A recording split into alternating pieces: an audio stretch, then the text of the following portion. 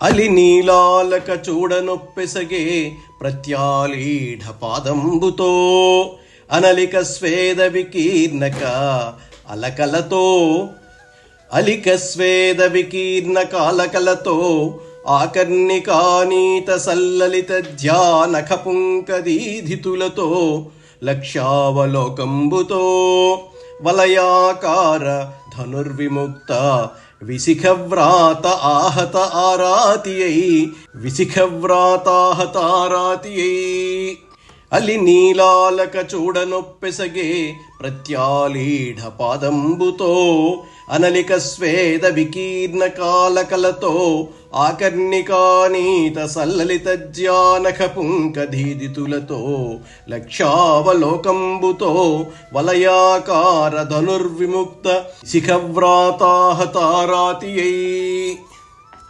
నల్లని తుమ్మిద రెక్కల వంటి ముంగురులు గల ఆ సత్యభామాదేవి ఎడమపాదం ముందుకు పెట్టి కుడికాలు కొద్దిగా వంచి నిలబడి ఉంది. స్వేదం వల్ల నుదుటి యందు చెల్లాచెదిరై ఉన్న ముంగురులతో చెవిదాకా నారిని లాగటం వల్ల ప్రకాశిస్తున్న చేతి గోళ్ల కాంతులతో లక్ష్యం వైపే దృష్టి సారించి వలయాకారంగా ఏర్పడ్డ ధనుస్సు నుండి వెలువడుతున్న బాణ సమూహంతో శత్రువులను హతమారుస్తూ చూడముచ్చటగా యుద్ధం చేస్తోంది.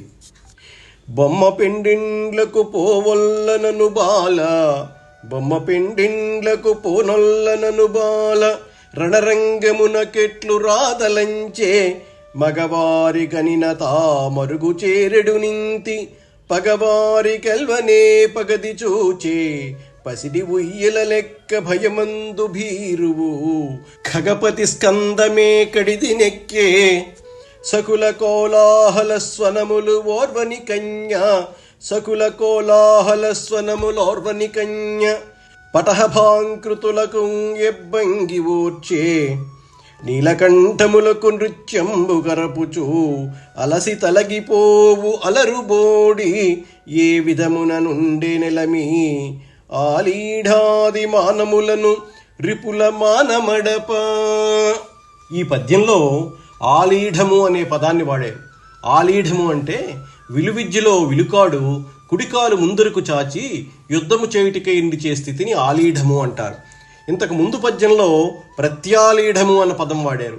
ప్రత్యాలీఢము అంటే యుద్ధంలో విలుకాడు ఎడమకాలు ముందుకు పెట్టి నిలబడే స్థితిని ప్రత్యాలీఢము అంటారు.